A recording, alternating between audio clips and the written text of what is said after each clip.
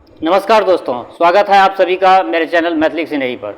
मैथिली स्नेही channel पर अभी मैं अपने हिंदी साहित्य के आंचलिक रचनाकार बाबा नागार्जुन का बलचंद्रमा उपन्यास जो है बलचंद्रमा उपन्यास को एपिसोड बना के मैं आप लोगों के समक्ष रख रहा हूँ। आप लोगों की प्रतिक्रिया मिलती है, मुझे अच्छा लगता है।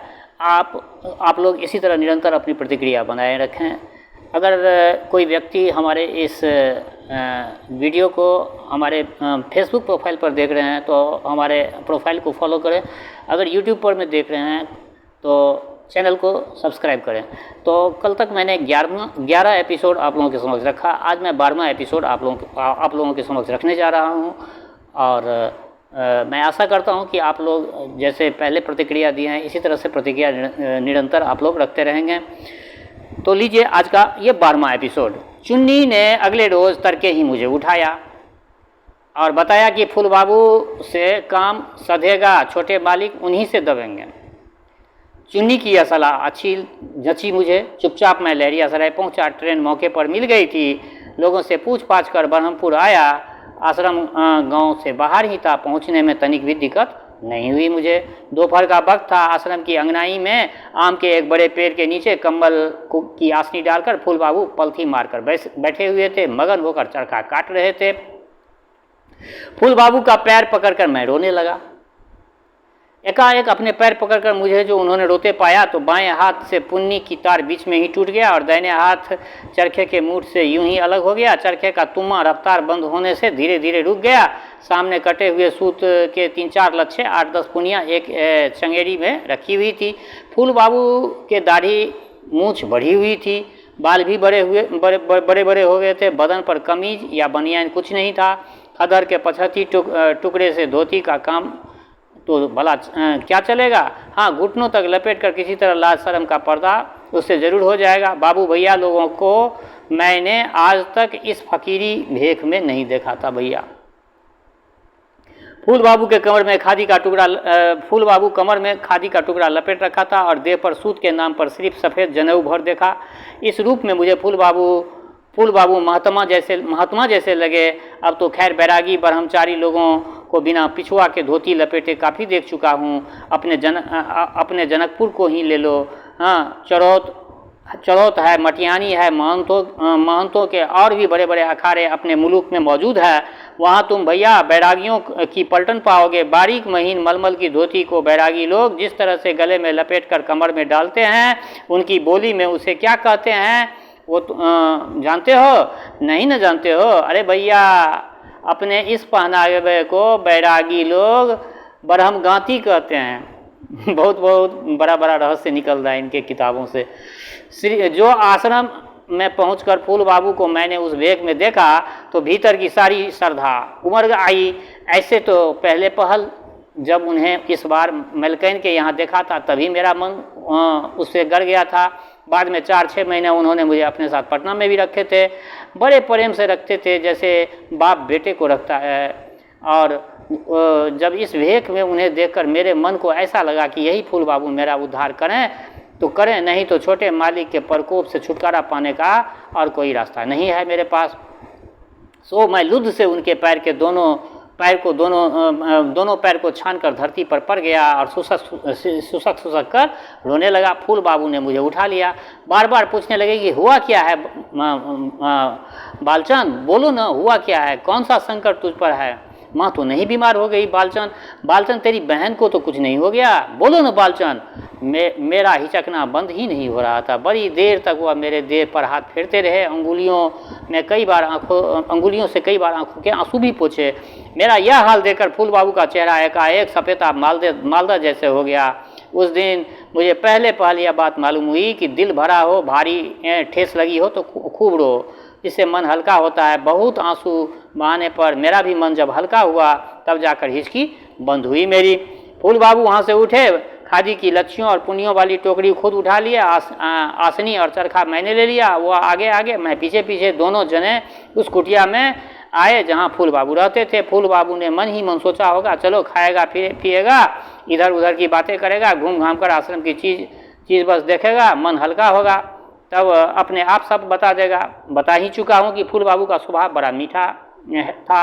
उनकी बातों में से मधु टपकती थी, उनकी आंखों से मानो दूध की ठंडी धार फुहार बनकर झाड़ती रहती थी। देखने में भी खासा खूबसूरत थे फूल बाबू, अपने खानदान में सबसे अच्छे मुझे लग रहे थे फूल बाबू।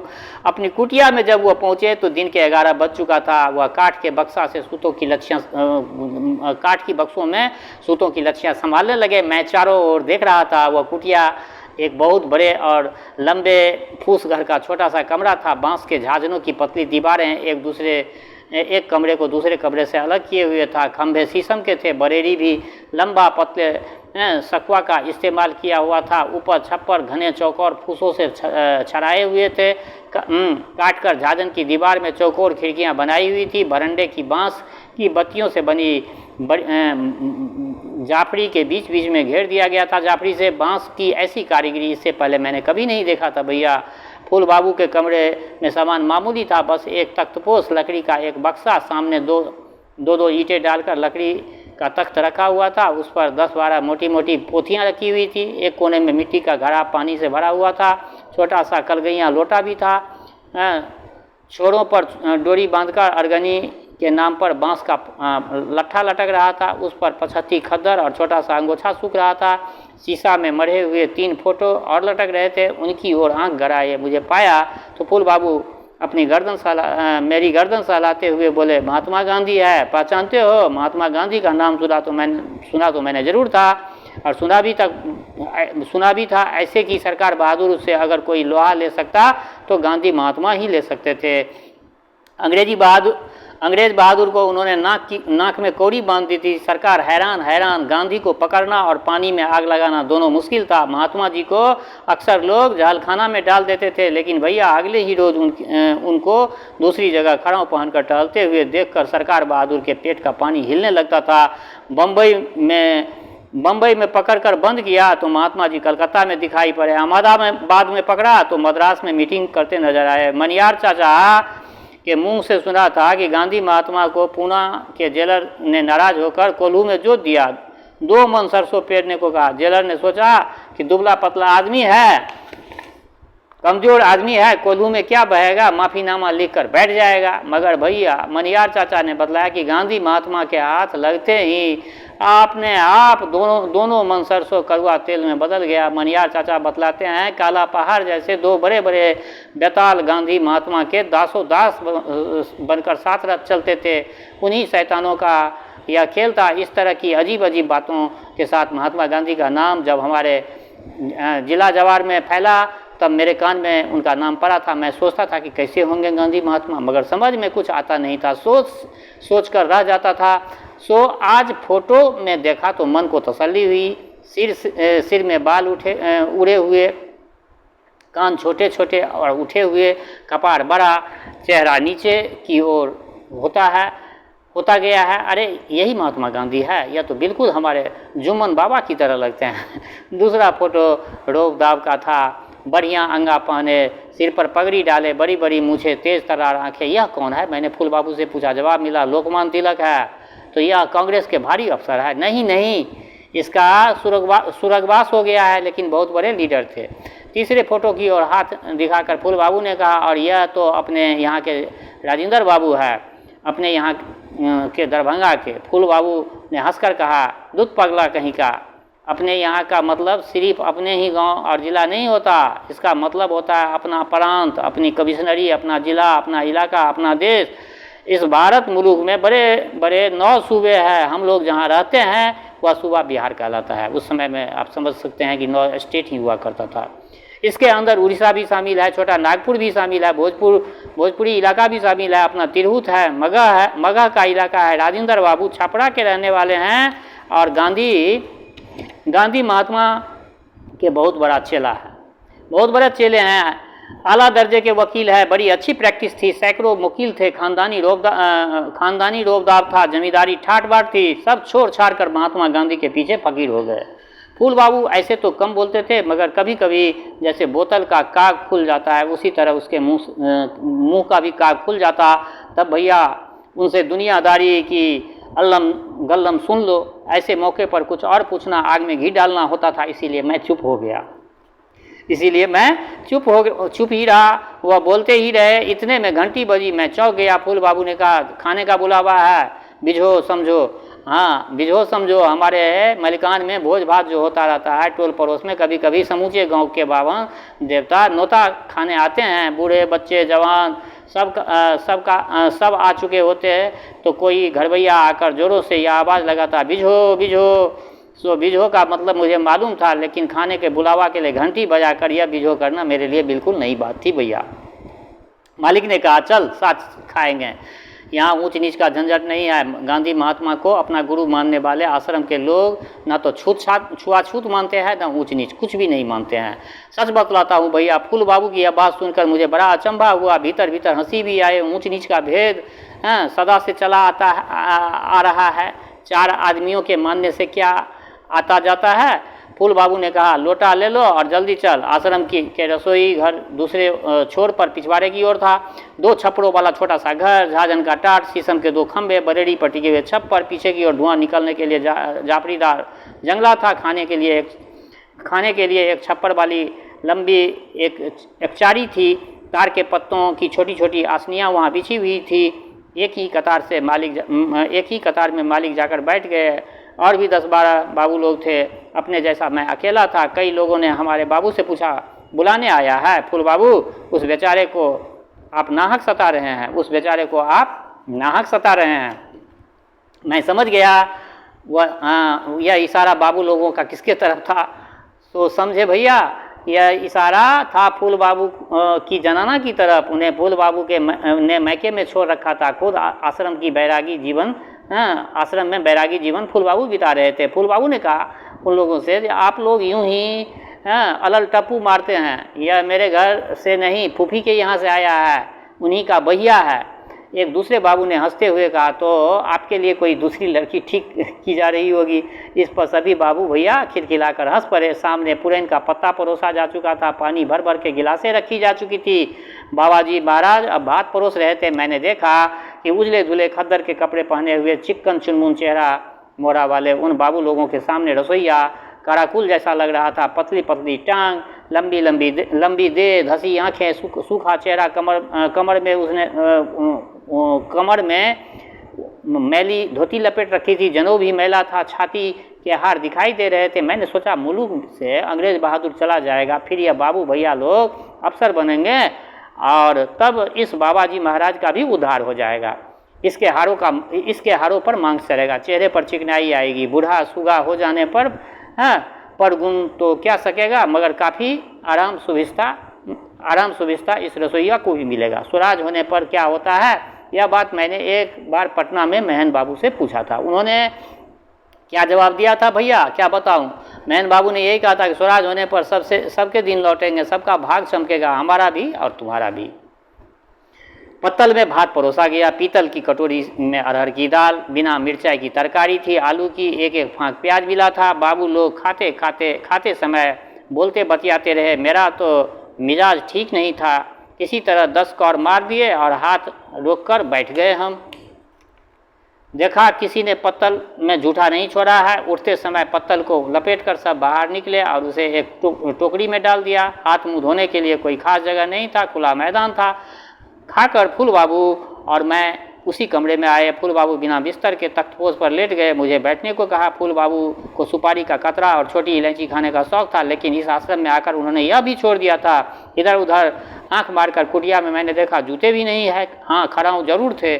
तब मुझे फूल बाबू की पटना वाली पहली जिंदगी याद आई। किस्म किस्म की बनियान, किस्म किस्म का कमीज कुर्ता, 5-5, 6-6 कोट, 3-3 जोड़ा जूता, 4-4 जोड़ी धोती, 2-2 तोलिया, 2-2 छोटे अंगोछे, दूध सी धुली शानदार मसहरी, बिस्तरे में गया वाला सफ़ेद कंबल, खूबसूरत सतरंजी तोशक, उलेंस, 3 गो तकिया। हमारे फूल बाबू राजा की तरह रहते थे, अब तो फकीर हो गए हैं। मन में भारी कचोट हुआ, मगर साथ साथ श्रद्धा भी बढ़ने लगी थी। थोड़ी देर बाद फूल बाबू ने मुझसे पूछा कि बलचनमा तू आया क्यों है, ये बता। फिर तो मैंने एक एक करके सारी बात उन्हें बता दी। अंत में पूछा कि छोटे मालिक ने थाना में रिपोर्ट करवाई है, मुझ पर चोरी का इल्ज़ाम लगाया है। दरोगा तो नहीं मानेगा, या तो घूस लेगा या फिर बात को आगे बढ़ा देगा। इससे मेरा निस्तार कैसे होगा मालिक, आप बताइए। इतनी सारी बात सुन लेने पर फूल बाबू के मुंह से एक अक्षर नहीं फूटा। हमारी सारी बात को वो पी गए। मैंने सोचा कि छोटे मालिक इनके फूफा लगते हैं, अगर वो सिफारिश कर देंगे तो छोटे मालिक का मन शायद नरम हो जाएगा, शायद थाना में जो बात मालिक ने रिपोर्ट करवाई है वो ख़त्म हो जाए। फूल बाबू पुर्जी लिख कर मुझे दे देंगे या किसी आदमी को मालिक के पास भेजेंगे, कैसा भी हो काम तो मेरा हो ही जाएगा। मगर फूल बाबू तो अगम का कुआं बन गए, अगम कुआं बन गए थे जिसमें झांकने में भी डर लगता था। मैंने सोचा आज बाबू सोच साच कर कोई बात करेंगे, सुबह जब मैं जाने लगूंगा तो पुर्जी जरूर देंगे। मैंने बहुत सी बातें सोच रखी थी, मगर अगर फूल बाबू चाहेंगे तो मैं 7 पुस्त का अपना डी छोड़कर उनकी गुलामी करूंगा। फूल बाबू का मन होगा तो रेवनी का गौना चटपट कराकर अपनी माँ के साथ मैं पटना चला जाऊंगा, वहाँ रिक्शा खींचकर या दीघा घाट पर जहाज का माल ढोकर माँ की और अपनी ज़िंदगी गुजर करूंगा। नहीं, अगर फूल बाबू की यही राय होगी तो कटिहार या सिलीगुड़ी जलपाईगुड़ी जाकर चटकल में मजदूरी करूंगा, वैसे ही करूंगा। इस तरह बहुत सारी बातें सोचकर मैं आश्रम पहुंचा था। मुझे यह भी भरोसा था कि फूल बाबू जब गांधी महात्मा के चेला बन गए हैं तो हमारे मालिक के इस जोर जुलूम के लिए 2 बात वो जरूर कहेंगे। गांधी महात्मा न बड़े लाट से डरते हैं, न छोटे लाट से, न सरकार से, न अमला से, गरीबों का पक्ष लेते हैं। फूल बाबू उन्हीं गांधी महात्मा के चेला होकर मेरे लिए क्या इतना भी नहीं करेंगे? अपने फूफा फूफी को जरा भी नहीं समझा सकेंगे? उस रोज़ फिर फूल बाबू ने मेरे सामने मुंह नहीं खोला। मैं बड़ी देर तक सोता रहा। जेठ का महीना, आश्रम एक बड़े कलमबाग के बीचों बीच होने से ठंडा था। कुटिया के बाहर बरंडे पर चटाई पड़ी हुई थी, टूटी फूटी सी। उस पर मैं चित्त होकर लेटा था। तभी नींद टूटी जब गोसैया लुक झुक कर रहा था। शाम होने वाली थी। आंख मलते मलते उठा और फूल बाबू की कुटिया के नज़दीक पहुंचा। सीकल चढ़ी हुई थी, दोनों पट बंद थे। फिर मैं कमरा खोलकर अंदर नहीं गया, उधर उधर मैं टहलता रहा। इतने में फिर घंटी बजी। यह क्या? देखा कि चौमुहा दलान में बाबू लोग इकट्ठा हो रहे हैं। मैं भी उधर गया। दलान बड़ा नहीं था, बल्कि उसे दलान ना कहकर मंडप कहो भैया तो अच्छा। चौकोरा मंडप, कमर भर ऊंचा। ऊपर चढ़ने के लिए 4 ईंटें रखकर सादी सीढ़ियाँ बनी हुई थी। खजूर के पत्ते से बनी हुई चटाई बिछी हुई थी। हंसली के शकल में लोग बैठे हुए थे। बाबू भैया थे। हमारी छोटी मेलकैन जैसे चेहरा मोहरा वाली एक जनानी भी थी। पश्चिम की ओर कम्बल की एक चितकबरी आसनी रखी हुई थी। उस पर अधेर उम्र वाले धोतीधारी एक बाबू बैठ गए। इसके बाद सब एक आवाज़ में श्लोक पढ़ने लगे। मेरी हिम्मत नहीं हुई कि मंडप में जाकर बैठूं, नीचे ही अलग खड़ा रहा। थोड़ी देर बाद जनानी थी, उसने भजन गाना शुरू किया। बाकी बाबू भैया उसके गाए पदों को दोहराने लगे। जास्ती कुछ न समझने पर भी इतना तो मैं समझ ही गया कि गांधी महात्मा के पूजा पाठ का यह ढंग है। हमारे फूल बाबू भी मगन होकर भजन गा रहे थे। उम्मीद थी कि रात को खाने के बाद फूल बाबू कुछ बोलेंगे, लेकिन नहीं बोले। मैं कचमचा कर मगर तनिक डरमी से पूछा, सरकार हमारा निस्तार कैसे होगा, ये बताइए ना। इस पर थोड़ी देर गुम होकर फूल बाबू बोले, मुझे तो अब गांव घर के से कोई ताल्लुक ही नहीं रहा। माँ और बाबूजी भी अब मुझसे हार मान बैठे हैं। पहले चिट्ठी लिखकर बात विचार पूछते थे, अब मेरी ओर से लगातार उन्होंने उदासी देखी तो तरह तरह की बातें चिट्ठी में नहीं लिखते। पीसी के यहाँ 2 साल से मैं नहीं गया हूँ। पीसा से भेंट मुलाकात किए 3 बरस हो गए। बालचंद अब तू ही बता, ऐसी हालत में मेरी किसी बात का तुम्हारे मालिक पर कितना असर पड़ेगा? वो मानेगा मेरे बात? अंधेरी रात थी। दूसरी कुटिया में खांसने खखाड़ने की आवाज़ उठती थी तो पहली रात का हल्का सन्नाटा फट जाता था। आसपास की बस्तियों से कुत्ते की भूखने की आवाज़ साफ साफ आ रही थी। रात अधिक नहीं 1:30 पहर बीती होगी, मगर आश्रम में रहने वालों के लिए दिन को सोना मना था। नींद की झोंक से गर्मी के दिनों में आश्रम के बाबू भैया कैसे मोर्चा लेते हैं जानते हो भैया? होता ऐसा था कि कोई स्वराजी बाबू चरखा चलाकर दोपहरिया खेपते थे। कोई बाबू लंबे बरंडे पर टहल घूमकर अपनी नींद को पचाते थे। कोई बाबू 2-3 जने मिलकर गीता या रामायण लेकर के बैठ जाते थे। एगो बाबू साहब को ऐसे ही छोटी छोटी शीशी में दवाई का सरिसवा दाना निकालते हुए गिन गिन कर उसी शीशी में फिर दानों को रखते जाते थे। यह आलस ऊँग को पचाने का एक तरीका था। मतलब यह कि दिन भर पलकों पर आश्रम में कड़ा पहरा रहता था और इसी से साँझ सकाल का खाना पी चुकने के बाद भैया लोग अपने अपने बिस्तर पर ढेर हो जाते। बिहान को बिल्कुल तड़के घंटी बजती उठना लाजमी होता था। तो श्रोतागण, आप लोगों के समक्ष आज मैं ये 12वां एपिसोड रखा हूँ। आग्रह जो इस एपिसोड को स्किप करके मत नहीं सुनिएगा, संपूर्ण सुनिएगा और अपनी प्रतिक्रिया रखिएगा। अंत में मैं वही बात फिर दोहराना चाहता हूँ, हमारे श्रोता चाहे गांव में रहते हों या प्रदेश में, देश में रहते हों या विदेश में, जहाँ कहीं भी रहते हों, स्वस्थ रहें, निरोग रहें, अपने आचरण को पवित्र रखें। माता जनकनंदिनी जगदम्बा माँ वैदेही की कृपा सदा आप लोगों पर बरसती रहे। शुभकामनाओं के संग जय मिथिला, जय मैथिली।